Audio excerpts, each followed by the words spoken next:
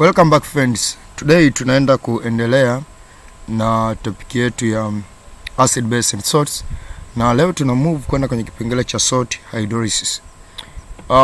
Tutafanya calculations baadaye kwenye kipindi kijacho, lakini kwenye kipindi hichi kwanza lazima ujue salt huwa inatokana na reaction kati ya acid pamoja na base. So the reaction between acid and the base will get salt and water.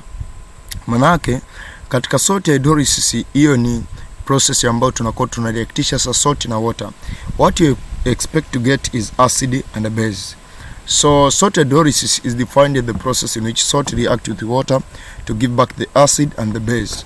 Kwa tunareactisha salt with water, then we produce acid and the base is one among the product of the reaction. So salt plus water we get acid plus base. It is, for example, here salt is Ba plus water, which is H2O. We get Ha plus BOH, Ha plus BOH. So all salts are electrolyte and thus ionized completely in aqueous solution.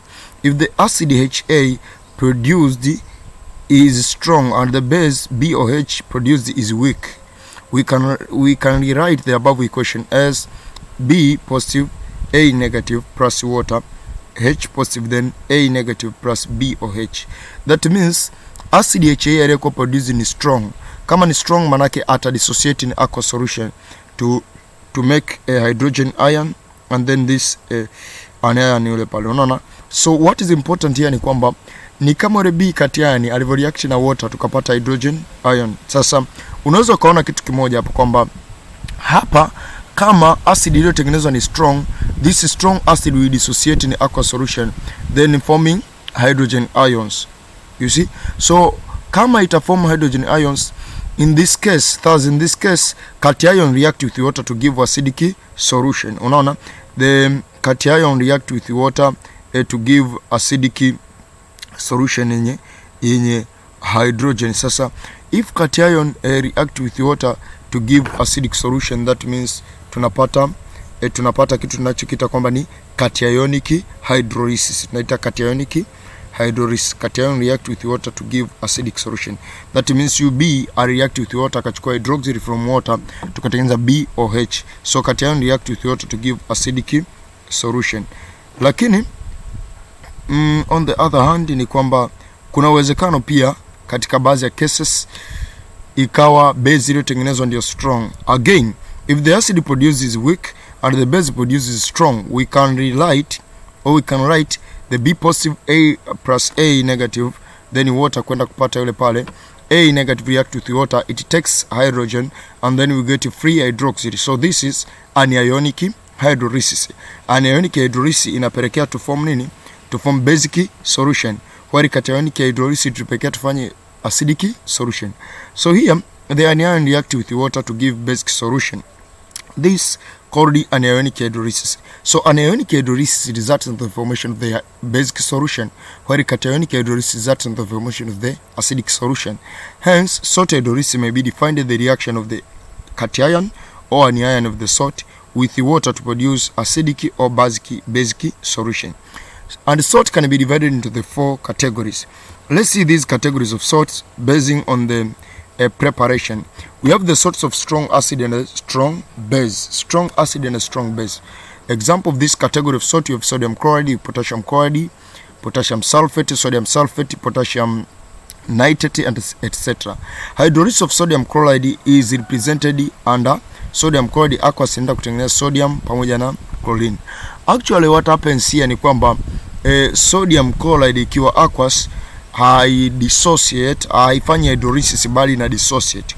Kuna tofauti kati ya kufanya hydrolysis na kudissociate. Kudissociate means it forms ions, but kufanya hydrolysis means it forms ions and also it forms a compound, you see. So the overall process will be sodium chloride plus water, we get sodium and chlorine, then hydrogen, hydroxyl. There is only dissociation of sodium chloride and no hydrolysis. What sodium chloride does here is dissociation and not hydrolysis. The second category of salt which you have is the salt of strong acid and weak bases. Strong acid and weak bases. Example of this category of salt, we have ammonium chloride, unaona calcium chloride, ammonium nitrate. Hydrolysis of salt of strong acid and weak bases itatengeneza the strong acid and a weak base. Itatengeneza strong acid pamoja na weak base. So sodium chloride plus water, ammonium chloride plus water, we get ammonium hydroxide and the strong acid, which is HCl. Now remember, we said that if the acid formed is strong, it will dissociate to form hydrogen ions. So this can be written as ammonium plus chloride, then plus water, we get ammonium hydroxide plus hydrogen ions, then chlorine ions. You can see here, we call this the cationic hydrolysis. We call this the cationic hydrolysis. So removing the common ions, removing the common anions from both sides, removing this chlorine and this chlorine, you get the cation ammonium reacts with water to form hydrogen ion. We call this the cationic hydrolysis, the source of strong acid and weak base. On hydrolysis, we get strong acid and weak base. This strong acidic solution will dissociate to form hydrogen ion and chlorine. This hydrogen will make the solution to be acidic. So cationic salt hydrolysis results in the formation of acidic solution. Then in number 3, we have the source of weak acid and strong base. Example of this category, we have the sodium ethanoate, we have the sodium huyo hapo,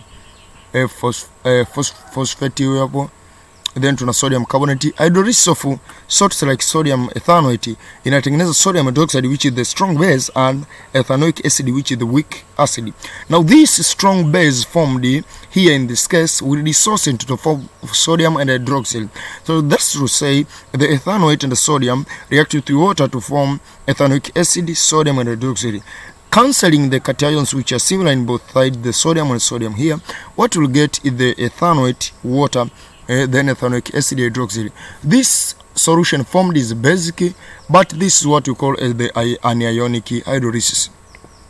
Salts of weak acids and weak bases. Example of this category of salt, we have the ammonium ethanoate and ammonium cyanide. Hydrolysis of ammonium ethanoate is explained under this equation. So there is nothing happens actually. We are forming the ethanoic acid and ammonium hydroxide solution. So actually there is no hydrolysis. The overall reaction will be this one and this one. It involves both anionic as well as cationic hydrolysis.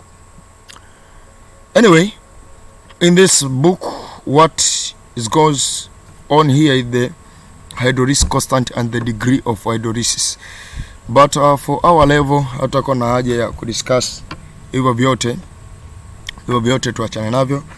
Twende tu kwenye kipindi kijacho. Kumbuka tu hapo nimeelezea maana yake kuna salt nyingine zitakuwa acidic salt na nyingine zitakuwa basic salt. Angalia kwa mfano huyu hapa, salt of strong acid and weak base itatengeneza acidic solution. Maana yake huyu ni acidic salt. Lakini pia kuna salt nyingine ambazo ni basic salt. So tuna acidic salt, tuna basic salt na tuna neutral salt. Kwa mfano salt namba 1 wa strong acid na strong base, huyu ni neutral salt, So neutral salt yametengenezwa na strong acid na strong base. Acidic salt yametengenezwa na strong acid, weak base. Basic salt, strong base, weak acid. Thank you. Tukutane kipindi kijacho to discuss tena concept chache, then to solve maswali ya salt hydrolysis. Tumalize hapo.